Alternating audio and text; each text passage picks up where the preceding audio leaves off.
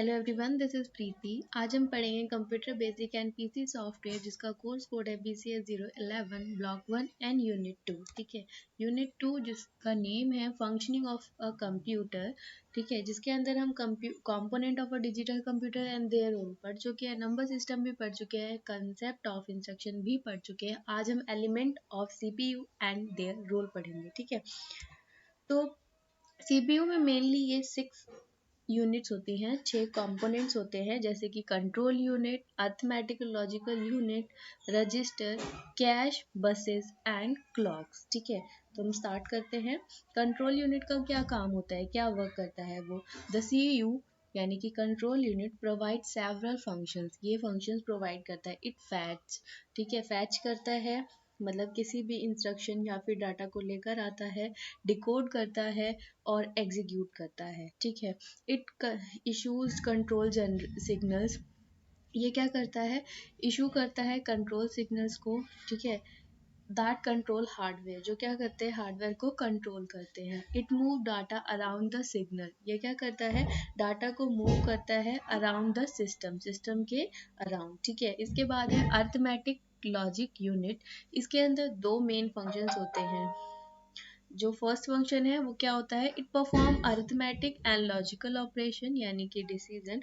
The ALU is where calculation are done and where decision are made, जहाँ पे हम calculation करते हैं या फिर किसी यहाँ पर क्या करते हैं, किसी भी डिसीजन को बनाते। ठीक है, अब इसके बाद सेकंड है हमारे पास, it acts as a gateway. Gateway मतलब कि मेन, मुख्य द्वार, किसके बीच में, प्राइमरी मेमोरी के बीच में और सेकेंडरी मेमोरी के बीच में परफॉर्म करता है मुख्य द्वार का रोल। ठीक है, data transfer between them passes through the ALU, कि जब भी डाटा ट्रांसफर होता है तो वो इसकी परमिशन के, मतलब इन दोनों के यानी कि प्राइमरी मेमोरी और सेकेंडरी मेमोरी में जब डाटा ट्रांसफर होता है तो वो किसके थ्रू होता है, ALU के थ्रू।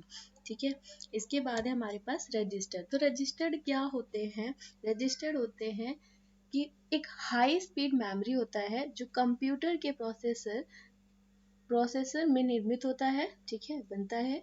यह वर्तमान में प्रोसेस हो रहे डेटा व निर्देशों व परिणामों को स्टोर करके रखता है। ठीक है, अब इसमें ये 3 वर्क होते हैं, जैसे कि the address of the next instruction to be execute, की जो नेक्स्ट इंस्ट्रक्शन एग्जीक्यूट होने वाली है उसका एड्रेस होल्ड करके रखता है।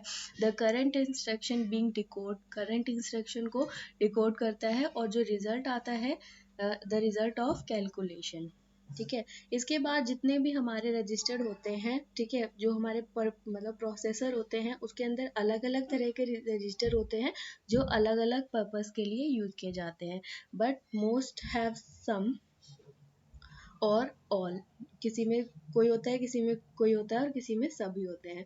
ऑफ द फॉलोइंग, ठीक है, ये सारे होते हैं, यानी कि प्रोग्राम काउंटर, ये हमारे रजिस्टर के कुछ एग्जांपल्स हैं। ठीक है, प्रोग्राम काउंटर क्या करता है कि जो भी हमारे, ठीक है, रजिस्टर होते हैं, मतलब जो भी हमारे एग्जीक्यूट होने वाला जो भी डाटा या फिर इंस्ट्रक्शन होता है उसका एड्रेस को काउंट करके स्टोर करता है। ठीक है, फिर मेमोरी एड्रेस रजिस्टर ये क्या करता है, ये मेमोरी को रीड करता है और उसके बाद में क्या करता है, डाटा के एड्रेस को स्टोर करके रखता है। इसमें क्या करता है, ये काउंट करता है और फिर उसके एड्रेस को स्टोर करता है। यहाँ पे क्या करता है, रीड करता है और उसके एड्रेस को स्टोर करता है। इसके बाद जो हमारे पास है MDR यानी कि मेमोरी डाटा रजिस्टर, ये क्या करता है कि जो भी हमारा MAR के द्वारा निर्धारित मेमोरी लोकेशन है, ठीक है, कि एक कॉपी रखता है जिसे किसी मतलब डाटा को रीड या राइट करने के टाइम में प्रयोग किया जाता है। ठीक है, उसके बाद करंट इंस्ट्रक्शन रजिस्टर, जिसको हम CIR बोलते हैं, इसका क्या होता है कि ये होल्ड करके रखता है जिसका एग्जीक्यूशन हो रहा होता है।